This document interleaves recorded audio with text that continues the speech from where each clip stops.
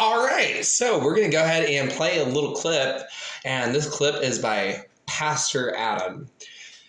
Okay, here we go. I'm not going to listen to it all, but... I want you to know that it is acceptable for you, a spiritual pagan, to work with Yeshua, Jesus, as a deity, but not be a Christian.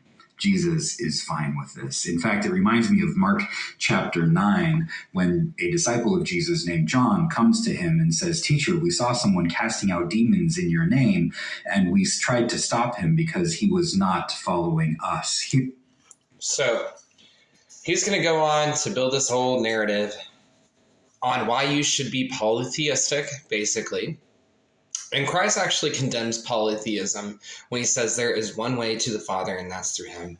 So when you talk about Christ, and you talk about Yeshua, and you talk about this particular passage, this is actually a passage that is referencing people who were Jewish trying to use the methodologies of Christ without actually Christ. And actually later you do see this kind of notion of the sons of Sceva doing the same thing.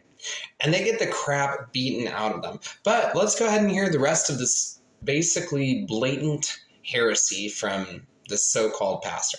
Here, John and the disciples have a distinction between us and them, us who are the good guys and them who are the bad guys, and Jesus refuses to play that game. He says to John, "Do not stop him, for no one who does a deed of power in my name will be able soon to speak evil of me. Whoever is not against us is for us." So this guy is representing that pagan practice is the same as Christianity.